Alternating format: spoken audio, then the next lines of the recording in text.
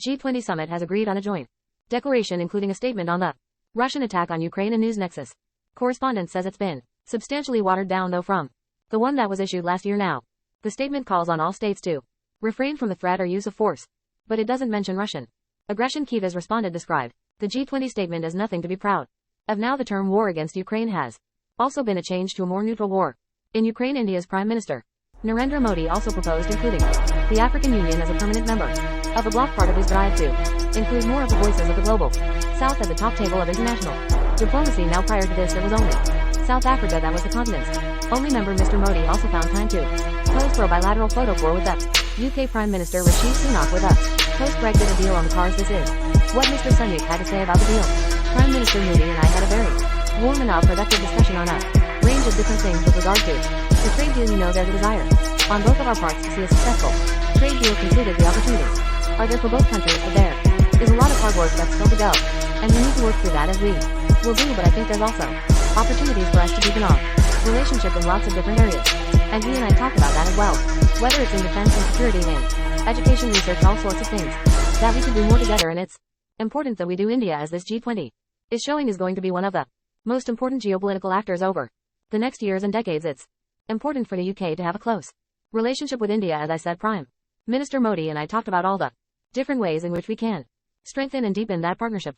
That was the British Prime Minister Rishi Sunak, and we can speak now to Fulani Wadembu, who is the Executive Director of the Institute for Global Dialogue, a foreign policy think tank in South Africa. Thank you very much for joining us in terms of what this means for the continent of Africa, given that Mr. Modi is very keen to include the African Union. And how do you feel about this? How do you think people are going to react to the statement?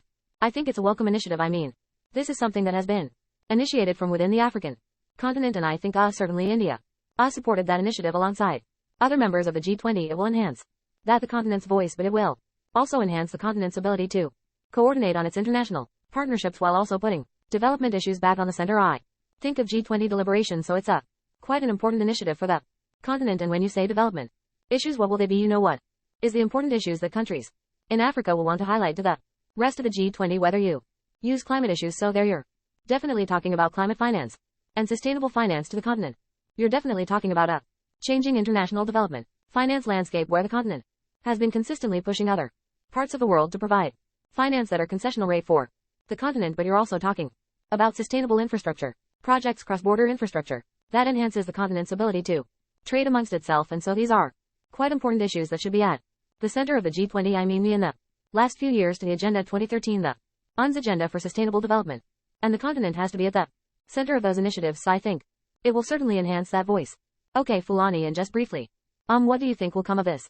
You know, it's clearly a very kind of symbolic move. What do you think is going to come of this in terms of practical issues and practical kind of changes in the way that Africa deals with other countries that are that top diplomacy table?